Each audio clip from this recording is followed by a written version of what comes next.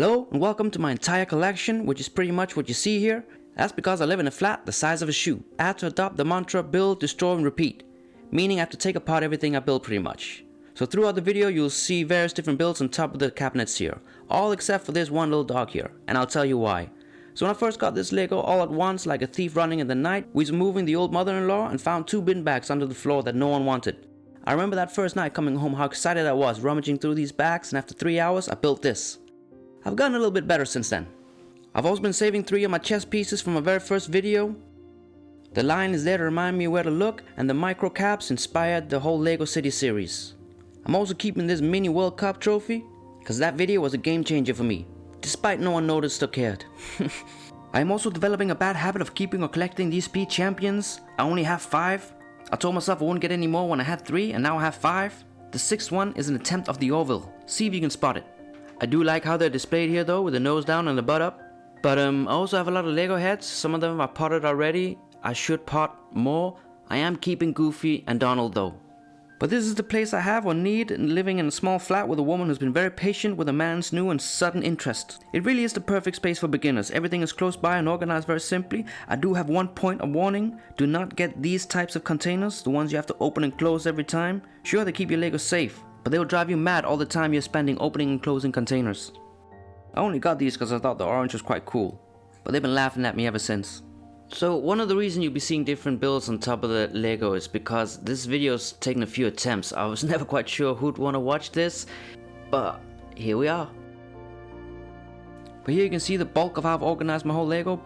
Basically it's pretty much in 1s, 2s, 3s, 4s and so on. It gets a little bit weird at the end here, but it kind of makes sense to me, and it's a constantly in development, in movement. It's a fluid, organized mess.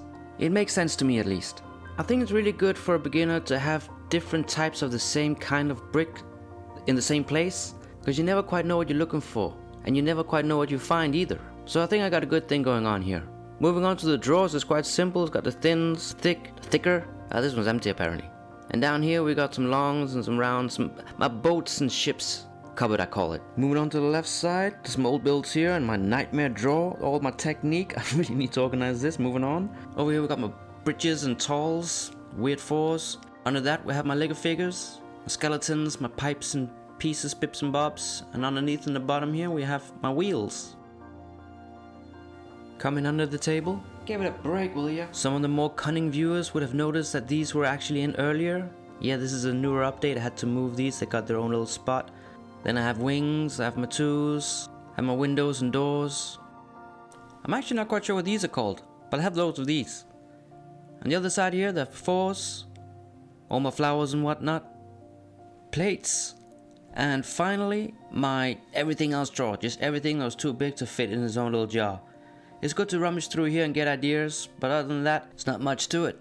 I also have these 3 ice cream containers with some very important pieces I use all the time.